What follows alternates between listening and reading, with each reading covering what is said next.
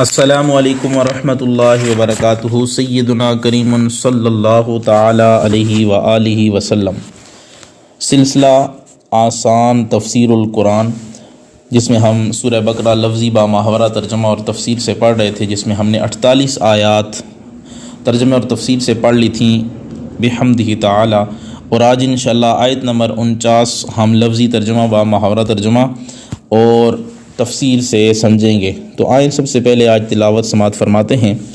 اعوذ باللہ من الشیطان الرجیم، بسم اللہ الرحمن الرحیم۔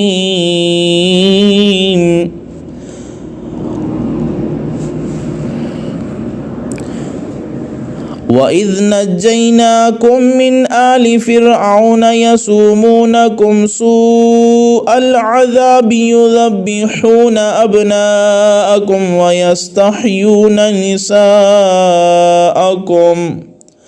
وَفِي ذَلِكُمْ بَلَاءٌ مِّن رَّبِّكُمْ عَظِيمٌ۔ اور یاد کرو جب نجات بخشی ہم نے تمہیں فرعونیوں سے، جو پہنچاتے تھے تمہیں سخت عذاب، یعنی ذبح کرتے تھے تمہاری بیٹیوں کو، تمہارے بیٹوں کو، اور زندہ رہنے دیتے تھے تمہاری عورتوں یعنی بیٹیوں کو، اور اس میں بڑی بھاری آزمائش تھی تمہارے رب کی طرف سے۔ لفظی ترجمہ، وَإِذْ اور یاد کرو جب، نَجَّيْنَاكُمْ ہم نے تمہیں نجات بخشی، من سے آل فرعون فرعونیوں سے، یسومونکم وہ پہنچاتے تھے تمہیں، سوء برا یا سخت، العذاب عذاب، یذبحون وہ ذبح کرتے تھے، ابناءکم تمہارے بیٹوں کو، ویستحیون اور وہ زندہ رہنے دیتے تھے، نساءکم تمہاری عورتوں کو، وفی ذالکم اور اس میں، بلاء آزمائش ہے، من سے، ربکم تمہارے رب سے، عظیم بھاری، یعنی تمہارے رب کی طرف سے اس میں بہت بھاری آزمائش ہے۔ تو سب سے پہلے جانتے ہیں کہ اس آیت کا پچھلی آیت سے کیا تعلق ہے۔ اس آیت کا پچھلی آیت سے چند طرح سے تعلق ہے۔ ایک یہ کہ پہلے اجمالاً بنی اسرائیل کی نعمتوں کا ذکر ہوا تھا، اب اس کی تفصیل بیان فرمائی جا رہی ہے، چونکہ ان پر دو قسم کے احسانات ہوئے تھے، ایک تو مصیبت دور کرنا اور دوسرا رحمتیں عطا فرمانا، اور ظاہر ہے کہ مصیبت سے نجات ملنا یہ حصول نعمت پر مقدم ہے، اس لیے پہلے اسی کا ذکر ہوا۔ دوسرا تعلق یہ ہے کہ اس سے پہلے ارشاد ہوا تھا کہ قیامت میں کوئی کسی کے کام نہ آئے گا۔ اب یہ سمجھایا جا رہا ہے یا سمجھانے کے لیے یہ بیان کیا جا رہا ہے کہ فرعون کے ظلم کا واقعہ اس وجہ سے بیان ہو رہا ہے، جس سے معلوم ہوا کہ جب دنیاوی مصیبت میں کوئی کسی کے کام نہیں آتا تو قیامت میں کون کام آ سکتا ہے۔ اور اے اسرائیلیو، دنیاوی بادشاہ کے غضب سے تم سخت مصیبت میں گرفتار ہو گئے ہو، تو اگر کفر کر کے تم غضب الہی میں آ گئے تو تمہارا کیا حال ہوگا۔ تیسرا یہ کہ بنی اسرائیل دنیاوی عزت کی خاطر اور اپنی حکومت باقی رکھنے کے لیے اسلام قبول نہ کرتے تھے، جیسا کہ پہلے بیان ہو چکا ہے۔ اب انہیں فرعون کا واقعہ یاد دلا کر بتایا جا رہا ہے کہ ملک اللہ کا ہے، جس کو چاہے دے، جسے چاہے لے، اور جیسے فرعون سے چھین کر تم کو ملک مصر دیا، اسی طرح ہو سکتا ہے کہ تم سے چھین کر مسلمانوں کو دے دیا جائے۔ اللہ تعالیٰ سے آخرت کی عزت طلب کرو، کیونکہ جسے اللہ تعالیٰ آخرت کی عزت عطا فرماتا ہے تو اس کی نظر میں دنیا کچھ بھی نہیں ہوتی۔ چوتھا یہ کہ بنی اسرائیل مسلمانوں کو غریب اور حقیر سمجھ کر ان سے علیحدہ رہتے تھے، اور کفار کی عظمت و عزت پر نظر کر کے ان سے تعلق استوار کرتے تھے، لہٰذا ان کو فرعون کا قصہ یاد دلا کر بتایا جا رہا ہے کہ دیکھو، پہلے تم حقیر و غریب تھے مگر حق پر تھے، اور فرعونی لوگ عزت والے تھے، مال والے تھے مگر جھوٹے تھے، آخرکار تمہاری فتح ہوئی اور وہ ہلاک ہوئے۔ اب تم جھوٹے ہو اور غریب مسلمان سچے ہیں، لہذا یقین کرو تم بھی ہلاک ہو جاؤ گے، اور غالب رہیں گے مسلمان، اور غالب رہیں گے تم پر، اور مسلمانوں کی غریبی سے دھوکہ مت کھا جانا۔ یہ ساری چیزیں انہیں بتائی جا رہی ہیں۔ دوسری چیز، فرعون جو ہے یہ بادشاہ مصر کا لقب تھا، کیونکہ مصری زبان میں اس کے معنی تھے بادشاہ، جیسے عربی زبان میں سلطان جس کا معنی ہے بادشاہ، اور فارسی میں پادشاہ، اور ہندی میں راجا، اور انگریزی میں کنگ کہتے ہیں۔ اور ہر بادشاہ مصر کو فرعون کہا کرتے تھے، اور اس فرعون کا نام جو ہے ولید ابن مصعب تھا، اور چونکہ یہ بہت خوبصورت شخص تھا اس لیے لوگ اسے کابوس کہتے تھے، جس کے معنی ہے روشن چنگاری، اور بادشاہ ہونے کی وجہ سے فرعون کہا جاتا تھا، اور یہ بہت سخت مزاج اور ظالم شخص تھا۔ اس کی تفصیل انشاءاللہ ہم آگے پڑھیں گے تو اس سے پتہ چل جائے گا کہ یہ کتنا ظالم شخص تھا۔ اب اس آیہ مبارکہ کی جو تفسیر ہے اس کا صرف خلاصہ یہاں پہ بیان کریں گے جو ہمارے لیے مقصود ہے، اس کے علاوہ جو ایک علمی خزانہ ہے وہ بھی آپ کے سامنے بیان کیا جائے گا۔ اب بنی اسرائیل کو یہ دوسرا انعام یاد دلایا جا رہا ہے کہ اے اسرائیلیو، تم فرعون والی مصیبت کو یاد کرو، تم کو ہر روز اس کی قوم کی طرف سے ایک نئی مصیبت کا سامنا ہوتا تھا، اس نے تم کو طرح طرح کے عذابوں میں جکڑ رکھا تھا، یہاں تک کہ تمہارے لڑکوں کو قتل کرتا اور لڑکیاں باقی چھوڑتا۔ اس میں تمہیں سخت مصیبت تھی، نسل و قوم کا کم ہونا، یعنی جب لڑکے کم ہوں گے تو نسل گھٹتی جائے گی، نسل آگے نہیں بڑھے گی، اور لڑکیوں کا دوسروں کے استعمال میں آنے کا اندیشہ، پھر زندہ اولاد کا قتل دیکھنا، اور اپنی گود میں بچیوں کے ذبح ہونے کا نظارہ دیکھنا، تو یقیناً یہ ایک بہت بڑا امتحان تھا، بہت بڑی بلا تھی۔ تو رب نے تم کو سب مصیبتوں سے موسیٰ علیہ السلام کے ذریعے سے، ان کے توسل سے، ان کے طفیل، ان کے وسیلے سے نجات دلائی۔ تو یہ کتنا بڑا احسان ہے اور کیسی نعمت ہے، تم اس احسان کو یاد کرو اور اس نبی آخر الزمان پر ایمان لاؤ، اور خیال رہے کہ بنی اسرائیل موسیٰ علیہ السلام کی نجات اور فرعون کے غرق کی یادگار قائم کیے ہوئے تھے کہ عاشوراء کے دن کا روزہ رکھتے تھے، اور خیراتیں جو ہیں وہ تقسیم کیا کرتے تھے، خوشیاں مناتے تھے، اور شروع اسلام میں مسلمانوں پر بھی یہ روزہ فرض تھا، مگر قرآن نے یہ ان کی یادگار منانا کل عدم کر دیا، اس کو مٹانا چاہا، ختم کر دیا۔ فرمایا کہ یاد کرو، معلوم ہوا کہ حضور علیہ السلام سے منہ موڑ کر کوئی عبادت یا یادگار منانا یہ معتبر نہیں ہے۔ پھر حضور علیہ السلام نے جب روزہ رکھنے کا حکم دیا تو اب مسلمان جو ہے وہ روزہ رکھتے ہیں۔ اب یہاں پہ بنی اسرائیل، فرعون اور موسیٰ علیہ السلام کے حوالے سے چند گزارشات آپ کے سامنے پیش خدمت ہیں۔ حضرت ابراہیم علیہ السلام کے بعد، یہ پیچھے جو ہے میں نے حضرت ابراہیم علیہ السلام کے بارے میں تھوڑا سا تعارف پیش کیا تھا۔ اب حضرت ابراہیم علیہ السلام کے بعد یعقوب علیہ السلام تک ان کی اولاد کنعان میں ہی آباد رہی۔ پھر یوسف علیہ السلام اپنے بھائیوں کے حسد کی وجہ سے بظاہر غلام بن کر مصر میں تشریف لائے، یہاں اللہ تعالیٰ نے ان کو بڑا عروج عطا فرمایا، بادشاہ بنا دیا، اور جب کنعان میں سخت قحط پڑا تب یعقوب علیہ السلام اور ان کی ساری اولاد مصر میں آ گئے۔ ان سب کو خدا نے بڑا جو ہے عروج عطا فرمایا، اور چند صدیوں میں مصر میں ان کے لاکھوں آدمی ہو گئے، اور ان کو اتنا بڑھایا کہ عوام ان کی کثرت میں ہو گئی کہ مصر میں جو ہے وہ انہی کی نسل آباد ہو گئی، اور اس عرصے میں وہاں اسرائیلیوں کا بہت دبدبہ رہا۔ یوسف علیہ السلام والا جو فرعون تھا یا اس کے ساتھی جب مر کھپ گئے تھے اور ملک مصر میں بد نظمی پیدا ہوئی، تو یہ ولید ابن مصعب جو سیدنا موسیٰ علیہ السلام کا فرعون تھا، یاد رکھیں مصر میں جو بھی بادشاہ بنتا اس کو فرعون کہتے تھے، تو یوسف علیہ السلام کا بھی ایک فرعون تھا جو اس زمانے میں بادشاہ تھا، اور یہ موسیٰ علیہ السلام اور یوسف علیہ السلام کا یہ جو فرعون ہے یہ علیحدہ علیحدہ ہے، کیونکہ اس کا نام ولید ابن مصعب ہے جو حضرت موسیٰ علیہ السلام کا فرعون ہے، اور یہ شہر اصفہان کا ایک غریب عطار تھا، عطر فروش تھا۔ جب اس پر بہت قرض ہو گیا تو اصفہان سے بھاگ کر شام پہنچا، لیکن وہاں کوئی اسے ذریعہ معاش ہاتھ نہ آیا، تب وہ تلاش روزی کے لیے مصر میں آیا۔ یہاں اس نے دیکھا کہ گاؤں میں تربوز بہت سستے بکتے ہیں اور شہر میں مہنگے بکتے ہیں۔ دل میں سوچا کہ یہ نفع بخش تجارت ہے، چنانچہ اس نے گاؤں سے بہت تربوز خریدے، مگر جب شہر کی طرف چلا تو راستے میں لوگوں نے ٹیکس لینا شروع کر دیا، تو کئی جگہ اس سے یہ ٹیکس لیا گیا، بازار آتے آتے صرف اس کے پاس ایک تربوز بچا، باقی سب محصول میں چلے گئے، یعنی ٹیکس میں چلے گئے۔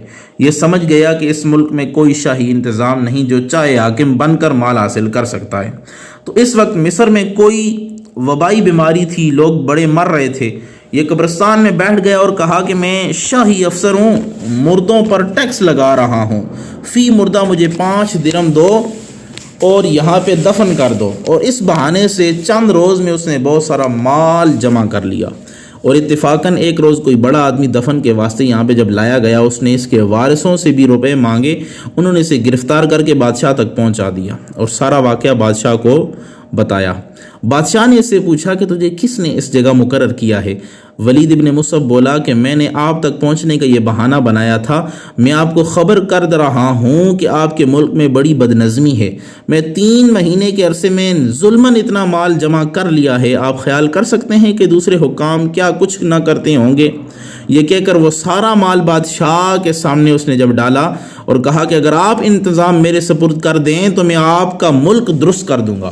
بادشاہ کو یہ بات بڑی پسند آئی، اسے کوئی معمولی عہدہ دے دیا۔ ولید نے وہ طریقہ اختیار کیا جس سے بادشاہ بھی خوش رہا اور رعایا بھی۔ رفتہ رفتہ تمام لشکر کا افسر بنا دیا گیا اور ملک کا انتظام اچھا ہو گیا۔ جب بادشاہ مصر مرا تو رعایا نے ولید کو اچھا سمجھا تو اس کو تخت پر بٹھا دیا۔ یہاں تک یہ تفسیر روح البیان میں تفصیل ہے۔ اس نے تخت پر بیٹھتے ہی اعلان عام کیا کہ لوگوں مجھے سجدہ کیا کرو۔ سب سے پہلے اس نے وزیر حامان نے اس کو سجدہ کیا، پھر دوسرے امیروں اور سرداروں کے ذریعے اس نے جو ہے وہ مصر کے لوگوں سے خود اپنے آپ کو سجدہ کرایا، اور یوں ہی وہ سجدہ کراتا تھا، لوگوں کو ڈرا کر دھمکا کر، اور لوگ اس کے مطیع ہو جاتے تھے۔ اور دور والوں کے لیے اس نے اپنے نام کے بت بنا کر بھیج دیے تھے کہ وہ ان بتوں کو سجدہ کیا کریں تاکہ اس کا ایک سکہ بیٹھا رہے لوگوں تک۔ تمام اہل مصر فرعون کی پرستش میں، اس کی عبادت میں گرفتار ہو گئے، مگر بنی اسرائیل نے اس سے انکار کیا تو فرعون نے ان کے سرداروں کو بلا کر بہت ڈرایا دھمکایا کہ اگر تم لوگ مجھے سجدہ نہیں کرو گے میں تمہیں مار دوں گا، مگر انہوں نے کہا کہ ہم تیری عبادت نہیں کر سکتے، صرف رب کی عبادت کریں گے، تو جو چاہے کر، جو کر سکتا ہے کر لے۔ فرعون غصے میں آ گیا، دیگوں میں زیتون کا تیل اور گندھک کھولا، یعنی یہ چیزیں ڈالیں، اس کو خوب تیز کیا اور بنی اسرائیل کو ڈالنا شروع کیا۔ بنی اسرائیل نے یہ سب کچھ برداشت کیا مگر رب کی اطاعت سے منہ ذرا سا بھی نہ موڑا اور فرعون کو سجدہ نہ کیا۔ جب بہت سے بنی اسرائیل جلا دیے گئے تب حامان نے فرعون سے کہا کہ ان کو مہلت دے دو، ان کو دنیا میں ذلیل کر کے رکھ دو۔ تب اس نے جلانے سے ہاتھ کھینچا اور اسرائیلیوں پر بہت سختیاں شروع کر دیں، اور حامان نے یہ بھی مشورہ دیا تھا کہ اگر سب کو مار ڈالو گے تو ہمارے نوکر چاکر ختم ہو جائیں گے، کام کون کرے گا۔ اور اس زمانے میں فرعون نے ایک خواب دیکھا کہ بیت المقدس یا بیت المقدس کی طرف سے ایک آگ آئی ہے جس نے تمام قبطیوں کو، فرعونیوں کو جلا کر راکھ کر ڈالا ہے، مگر اسرائیلیوں کو کوئی نقصان نہیں پہنچایا۔ پھر دیکھا کہ بنی اسرائیل کے محلے میں ایک بہت بڑا اژدہا نکلا جس نے اس کے تخت سے نیچے جو ہے وہ اسے ڈال دیا ہے۔ تو اس نے ایک تعبیر دینے والے سے یا تعبیر بتانے والے معبر سے اپنا خواب بیان کیا۔ انہوں نے کہا کہ فرعون بنی اسرائیل میں ایک لڑکا پیدا ہوگا جو تیری حکومت کے ٹکڑے ٹکڑے کر دے گا، جو تیری حکومت کے تختہ کو پلٹ دے گا۔ وہ فوراً کوتوال یعنی نوکروں کو بلایا، شہر بھیج دیا، اور 1000 سپاہی ہتھیار بند اور 1000 دائیاں بنی اسرائیل کے محلے میں مقرر کر دیں کہ جس گھر میں لڑکا پیدا ہو اسے قتل کر دیا جائے۔ چند سال میں بنی اسرائیل کے 12000 بچے اور ایک روایت کے مطابق 70000 قتل کروائے اور 90000 حمل گر گئے۔ خدا کی شان، بنی اسرائیل کے بوڑھے جو تھے وہ بھی جلد مرنے لگے۔ تب قبطیوں نے فرعونیوں نے فرعون سے درخواست کی کہ بنی اسرائیل میں موت کا بازار گرم ہے اور ادھر ان کے بچے قتل کیے جا رہے ہیں، اگر یہ حال رہا تو یہ قوم فنا ہو جائے گی، پھر ہمیں خدمتگار کہاں سے ملیں گے؟ تب فرعون نے حکم دیا، اچھا چلو 1 سال بچے قتل کیے جائیں اور 1 سال چھوڑے جائیں۔ اور رب کی شان، چھوڑنے کے سال میں حضرت ہارون علیہ السلام پیدا ہوئے جو موسیٰ علیہ السلام کے بڑے بھائی ہیں، اور قتل کے سال موسیٰ علیہ السلام کی پیدائش ہوئی۔ اب لاوا بن یعقوب علیہ السلام کی اولاد میں حضرت عمران، یہ اب موسیٰ علیہ السلام کی پیدائش کی تفصیل۔ لاوا بن یعقوب علیہ السلام کی اولاد میں حضرت عمران اس وقت اپنی قوم کے سردار تھے، ان کی بیوی کا نام حضرت عائز تھا۔ موسیٰ علیہ السلام انہی کے فرزند یعنی انہی کے بیٹے ہیں۔ جب حضرت عائز حاملہ ہوئیں تو فرعون کی دائیاں ان کے گھر میں اور سپاہی دروازے پر آنے لگے۔ جب زمانہ ولادت قریب آیا تو ایک دائی ان کے گھر میں رہنے لگی۔ موسیٰ علیہ السلام رات کے وقت پیدا ہوئے تو فرعون کی دائی ان کو دیکھ کر بے اختیار ان پر عاشق ہو گئی، کیونکہ اللہ تعالیٰ نے موسیٰ علیہ السلام کو بڑا محبوب بنایا تھا، بڑا سونا بنایا تھا اور بہت خوبصورت تصویر یا خوبصورت شکل عطا فرمائی تھی۔ تو جب انہوں نے دیکھا فریفتہ ہو گئیں، انہوں نے کسی کو نہ بتایا۔ تو یاد رکھیں کہ حضرت موسیٰ علیہ السلام کا حسن اتنا تھا تو ہمارے کریم آقا صلی اللہ علیہ وسلم کا حسن کتنا ہوگا، جو تمام نبیوں کے سردار ہیں اور اللہ کے محبوب ہیں۔ اب دائی نے ان کی والدہ سے کہا کہ کسی صورت ان کو قتل ہونے سے بچاؤ۔ یہ کہہ کر ایک بکری کا بچہ ذبح کیا ہوا ایک ہانڈی میں ڈال کر سپاہیوں سے کہا کہ اس گھر میں لڑکا پیدا ہوا تھا، میں نے ذبح کر دیا ہے اور دیکھو میں اس کو دفن کرنے کے لیے جنگل جا رہی ہوں۔ سپاہیوں نے اس پر اعتبار کر لیا، یقین کر لیا اور کوئی زائد تحقیقات نہ کی۔ موسیٰ علیہ السلام اپنے گھر پر پرورش پاتے رہے مگر نجومیوں نے فرعون کو خبر دی کہ بنی اسرائیل میں وہ بچہ پیدا ہو چکا ہے۔ فرعون اس خبر سے پریشان ہو گیا اور کوتوال کو سخت تنبیہ کی تو کوتوال نے سپاہیوں پر سختی کی۔ انہوں نے کہا کہ ہم نے بہت کوشش کی، ان کے بچے قتل کیے مگر عمران کے لڑکے کو اپنے ہاتھ سے نہ مارا، صرف دائی کے کہنے پر ہم نے یقین کر لیا، اس پر اعتماد کر لیا۔ کوتوال نے کہا کہ فوراً اس گھر کی تلاشی لو اور بلا تعمل گھس جاؤ۔ سپاہی بے پردہ حضرت عمران کے گھر میں گھس گئے۔ اس وقت موسیٰ علیہ السلام اپنی بڑی بہن مریم کی گود میں تھے۔ مریم نے جب یہ ماجرا دیکھا تو فوراً ان کو جلتے ہوئے تندور میں بھڑکتے ہوئے تندور میں ڈال دیا کہ سپاہیوں کو خبر نہ ہو۔ مریم نے خیال کیا کہ اگر پولیس نے بچے کو دیکھ لیا تو یہ فرزند اور ہم قتل کر دیے جائیں گے۔ پولیس نے گھر کی تلاشی لی، کچھ نہ پا کر واپس لوٹ گئے۔ والدہ نے مریم سے پوچھا کہ موسیٰ علیہ السلام کہاں ہیں؟ اس نے سب ماجرا کہا۔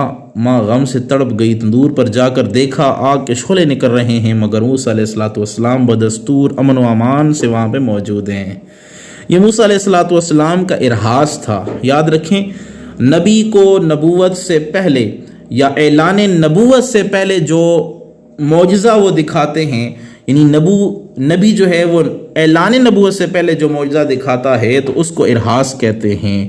تو یہاں پہ موسیٰ علیہ السلام نے دعوی نبوت سے پہلے یہ معجزے کا ظہور ہوا تو اس کو ارہاس کہتے ہیں۔ جیسے حضور علیہ السلام کو بچپن شریف میں پتھروں کا سلام کرنا وغیرہ، تو حضور علیہ السلام نبی تو تھے لیکن نبوت کا اعلان نہیں کیا تھا، تو اس وجہ سے وہ جتنی چیزیں تھیں معجزے وغیرہ ان کو ارہاس کہتے ہیں۔ اب کیا ہوا؟ جب انہوں نے تندور سے باہر نکالا، ایک لکڑی کی صندوقچی بنائی، اس میں ڈالا اور ان کو جو ہے وہ دریا کی نظر کر دیا۔ اب یاد رکھیں کہ موسیٰ علیہ السلام کو اللہ تعالیٰ نے فرعون کے گھر میں کیسے پہنچایا۔ گھر کے سب لوگوں نے مشورہ کر کے محلے کے ایک بڑھئی سے جس کا نام سانوم تھا ایک صندوقچہ یعنی لکڑی کا بنا کر ایک چھوٹا سا بکسا بنوا کر اس سے عہد لیا کہ کسی سے اس کا ذکر نہ کرنا۔ سانوم نے بہت جو ہے جب یہ بات سنی تو کسی سے ذکر نہیں کیا، تو اسے کہا گیا کہ تجھے بہت انعام دیا جائے گا۔ سانوم کو جو ہے وہ یہ طمع ہوئی، خبر دینے کے لیے نکلا تو دروازے پر پہنچا کہ زمین میں ٹخنوں تک جو ہے وہ دھنس گیا۔ تو اس نے توبہ کر لی۔ غیبی آواز آئی کہ اگر یہ راز تو نے کسی کو بتایا تو جو زمین میں دھسا دیا جائے گا۔ سانوم گھبرا گیا اور صندوقچہ عمران کے مکان پر پہنچایا اور عرض کی مجھے بس اس ایک پاکیزہ بچے کی صورت دکھا دو۔ والدہ نے اس کو حضرت موسیٰ علیہ السلام کی زیارت کرائی تو سانوم نے ان کے قدم پاک چوم کر آنکھوں سے لگائے اور ان پر ایمان لایا۔ چنانچہ سب سے پہلا مومن یہی ہے، اور اس صندوقچے کی جو ہے وہ اجرت بھی ان سے نہ لی۔ اور والدہ ماجدہ نے حضرت موسیٰ علیہ السلام کو غسل دیا، عمدہ کپڑے پہنائے، خوشبو لگائی، تیل لگایا اور صندوقچی میں رکھ کر دریائے نیل پر روتی ہوئی لے گئیں۔ اور خدا کے حوالے کر دیا، دریا میں بہا دیا۔ دل بہت بے چین ہوا مگر قدرتی طور پر تسکین ہوئی کہ یہ بچہ ہوں، پھر مجھ کو ہی ملے گا۔ دریا سے ایک نہر نکل کر فرعون کے باغ میں پہنچی گئی تھی یا جا رہی تھی، جس کا نام عین الشمس تھا، اور یہ صندوقچہ اس نہر میں داخل ہو کر فرعون کے باغ میں جا پہنچا۔ اس وقت فرعون باغ کی سیر کر رہا تھا اور اس کی بیوی حضرت آسیہ اور دیگر خاص لوگ ساتھ تھے۔ یہ لوگ اس صندوقچے کو اٹھا کر فرعون کے پاس لے آئے۔ فرعون نے جو اس کو کھولا تو اس میں نہایت حسین و جمیل لڑکا پایا۔ بولا کہ یہ وہی لڑکا ہے جس کی نجومیوں نے مجھے خبر دی تھی۔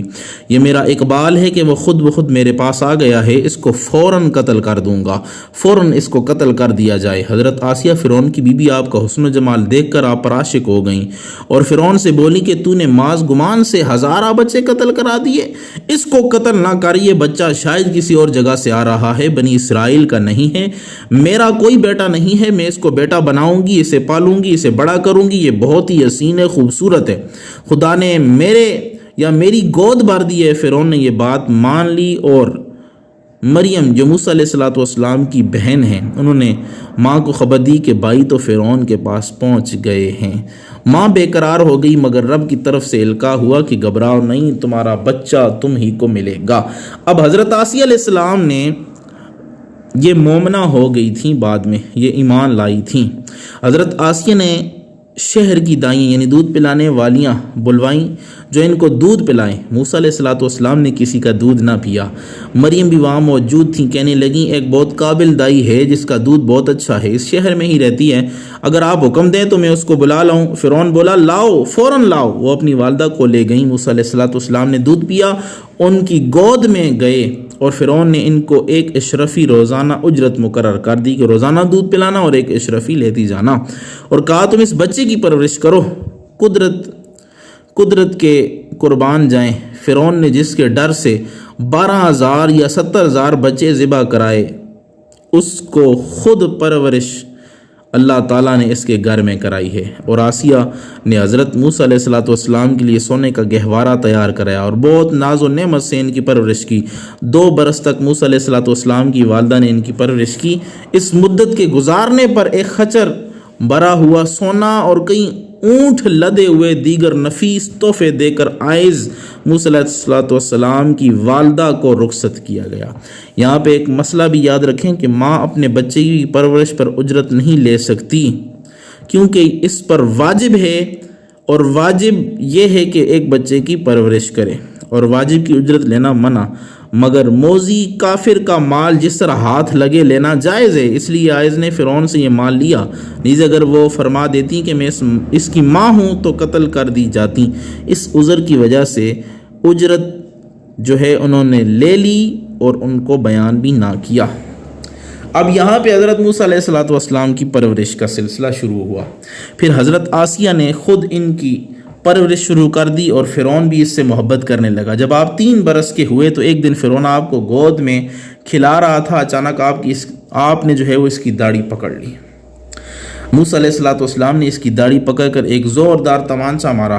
فرعون غصے میں بھر کر آسیہ سے بولا یہ وہی بچہ معلوم ہوتا ہے، دیکھو اس نے میری یہ بے حرمتی کی ہے۔ آسیہ فرمانے لگیں بچہ ناسمجھ ہوتا ہے، یہ ناسمجھ ہے، ان کا فعل کا اعتبار نہ کرو، یہ کام تو ویسے اس نے کر لیا ہے، یہ تو آگ میں بھی ہاتھ ڈال دیتا ہے۔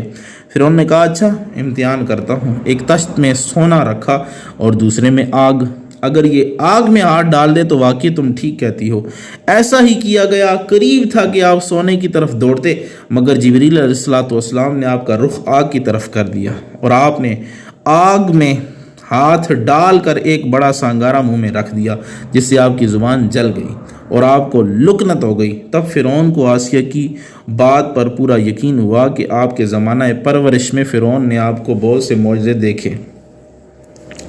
ایک بار آپ نے مرغ سے تسبیح پڑھوائی، ایک دفعہ پکے ہوئے مرغ کو زندہ فرمایا جس سے فرعون کے دل میں آپ کا رعب بیٹھ گیا، مگر غلبہ محبت اور اپنی بیوی کی وجہ سے قتل نہ کرا سکا۔ اب جب موسیٰ علیہ السلام تقریباً جوان ہوئے تب آپ کا میلان قلبی بنی اسرائیل کی طرف ہوا۔ آپ ان سے ہی میل جول زیادہ رکھتے تھے، فرعونیوں کو ناگوار گزرتا تھا مگر کچھ دم نہ مار سکتے تھے۔ جب آپ 22 سال کے ہوئے تب ایک دن سرداران نے بنی اسرائیل کو علیحدہ کر کے ان سے پوچھا کہ تم فرعون کی مصیبت میں کب سے مبتلا ہو؟ انہوں نے جواب دیا کہ بہت عرصے سے۔ آپ نے فرمایا یہ تمہارے گناہوں کی شامت ہے، تم نظر مانو کہ جب رب تعالیٰ تم کو اس سے نجات دے تو تم پورا اس نظر کو پورا کرو گے۔ ان سب نے کہا کیا نظر مانے؟ آپ نے فرمایا رب تعالیٰ کی اطاعت و فرمان برداری۔ تو سب نے نظر مان لی۔ موسیٰ علیہ السلام کی مصر سے روانگی۔ جب آپ 30 سال کے ہوئے تو ایک دن ایک قبطی اور اسرائیلی، یعنی ایک فرعونی اور اسرائیلی میں جھگڑا ہو رہا تھا، اور فرعونی اسرائیلی کو لکڑیوں کا بوجھ اٹھانے پر مجبور کر رہا تھا۔ وہ انکار کرتا رہا۔ اسرائیلی نے آپ کو پکارا کہ موسیٰ مجھے اس کے ظلم سے نجات دلواؤ۔ آپ نے اس فرعونی کو ظلم سے منع کیا، وہ باز نہ آیا۔ آپ نے اس کو مکہ مارا جس سے وہ مر گیا، اور اسرائیلی اپنے گھر گیا۔ اور خیال رہے آپ نے قبطی کو ہلاک کرنے کے ارادے سے نہ مارا تھا، صرف چھڑانے کے لیے مارا تھا، اور وہ اتفاقیہ مر گیا، اور اتفاقیہ پر قصاص نہیں ہوتا۔ نیز وہ کافر حربی تھا جس کا قتل گناہ بھی نہیں۔ کچھ روز بعد تو سارے ہی قبطی ہلاک کیے گئے۔ الغرض فرعون کو خبر پہنچی، اس نے کہا کہ موسیٰ علیہ السلام نہیں کر سکتے ایسا۔ دوسرے دن وہ بنی اسرائیل دوسرے قبطی سے الجھا ہوا تھا۔ آپ کو دیکھ کر آپ سے فریاد کی تو آپ نے اسرائیلیوں کو جھڑکا اور چاہا کہ اس قبطی سے چھڑوائیں۔ اسرائیلی سمجھا کہ آج مجھے مار رہے ہیں۔ وہ چیخا کہ اے موسیٰ، کل تو نے قبطی کو مارا تھا، کیا آج مجھے ہلاک کرنا ہے؟ یہ بات لوگوں نے سنی اور فرعون کے پاس گواہی دی، اور وہ فرعونی سرداروں نے فرعون سے مطالبہ کیا کہ اس کو ہمارے حوالے کر دو تاکہ ہم اس فرعونی کا ان سے قصاص لے۔ فرعون نے ایسا کرنے میں تعمل کیا۔ اس مجلس میں ایک شخص موجود تھا جس کا نام حزقیل تھا۔ وہ در پردہ ایمان لا چکا تھا۔ اس نے موسیٰ علیہ السلام کو خبر دی کہ آپ کے قتل کا مشورہ ہو رہا ہے، بہتر ہے آپ کسی اور جگہ تشریف لے جائیں۔ موسیٰ علیہ السلام بے سر و سامان مدین کی طرف روانہ ہو گئے، اور وہاں حضرت شعیب علیہ السلام کے گھر ٹھہر گئے، اور ان کی لڑکی سے جن کا نام صفورہ تھا نکاح کیا۔ 10 سال وہاں رہے، پھر مصر کی طرف تشریف لائے۔ راستے میں آپ کو نبوت عطا ہوئی، اور پھر 40 سال تک مصر میں فرعون کے مقابلے میں مشغول رہے اور تبلیغ احکام فرماتے رہے۔ یہ واقعہ یہاں تک جو ہے آپ یاد رکھیں، مزید اگلی آیت میں انشاءاللہ آپ کے سامنے اس کی تفصیل بیان کی جائے گی۔ اب یہاں پہ یاد رکھیں کہ اس آیت میں اللہ نے فرمایا وَإِذْ أَنَجَّيْنَاكُمْ مِنْ آلِ فِرْعَوْنَ يَسُومُونَكُمْ سُوءَ الْعَذَابِ يُذَبِّحُونَ أَبْنَاءَكُمْ وَيَسْتَحْيُونَ نِسَاءَكُمْ وَفِي ذَلِكُمْ بَلَاءٌ مِّن رَّبِّكُمْ عَظِيمٌ۔ پتہ چلا یہاں پہ فرعونیوں پہ جو عذاب ہو رہا تھا، یا بنی اسرائیل پہ جو عذاب ہو رہا تھا، فرعون جو ہے یا فرعونی اس پہ عذاب کر رہے تھے، تو نبی کی آمد کی وجہ سے وہ عذاب ٹلا۔ تو پتہ چلا نبی باعث رحمت ہوتا ہے، نبی کی پیدائش باعث رحمت ہوتی ہے، اور نبی کی پیدائش پر اس کو باعث رحمت سمجھ کر خوشی منانا، رب کا شکر ادا کرنا کہ یا رب العالمین غموں سے تو نے ہمیں اس پیدائش کی وجہ سے نجات عطا فرمائی، مصیبتوں سے چھٹکارا ملا تو نبی کے پیدائش کی وجہ سے ملا، کفر سے ہمیں چھٹکارا ملا تو نبی کے پیدائش کی وجہ سے ملا، ہم ماں باپ کے مرتبے کو سمجھتے ہیں تو نبی کے پیدائش کی وجہ سے سمجھتے ہیں، ہم اپنی اولاد کا مرتبہ سمجھتے ہیں تو نبی کی پیدائش کی وجہ سے ہم سمجھتے ہیں، اپنی بہن کو عزت دیتے ہیں، اپنی ماں کو عزت دیتے ہیں، مقام و مرتبہ دیتے ہیں تو اپنے نبی کے پیدائش کے صدقے سے دیتے ہیں۔ اور اسی طرح اپنے ماں کے پاؤں کے تلے ہم اگر جنت مانتے ہیں تو نبی کے فرمان کے صدقے سے مانتے ہیں، اور اگر باپ کو بھی جنت کا درمیانہ دروازہ مانتے ہیں تو حضور علیہ السلام کے قول کے صدقے سے مانتے ہیں۔ یہ جتنی نعمتیں ہمیں ملی ہیں حضور علیہ السلام کے پیدائش والے دن سے ہمیں ملی ہیں، تو حضور علیہ السلام کے پیدائش والے دن خوشی کرنا، اللہ تعالیٰ کا شکریہ ادا کرنا، اللہ تعالیٰ کی اس نعمت پہ خوش ہو کر چراغاں کرنا، گھر میں میلاد منانا، اللہ تعالیٰ کا ذکر کرنا، اس کے پیارے نبی کی نعتیں پڑھنا، تلاوت کرنا اور شیرینی تقسیم کرنا، یہ ایک محبوب عمل ہے اور یہ اللہ تعالیٰ کی نعمت کا اظہار کرنا ہے۔ اس آیت سے ایک نقطہ ہمیں یہ بھی ملتا ہے۔ مزید اس کی تفصیل انشاءاللہ اگلی آیت میں آئے گی۔ السلام علیکم ورحمۃ اللہ وبرکاتہ۔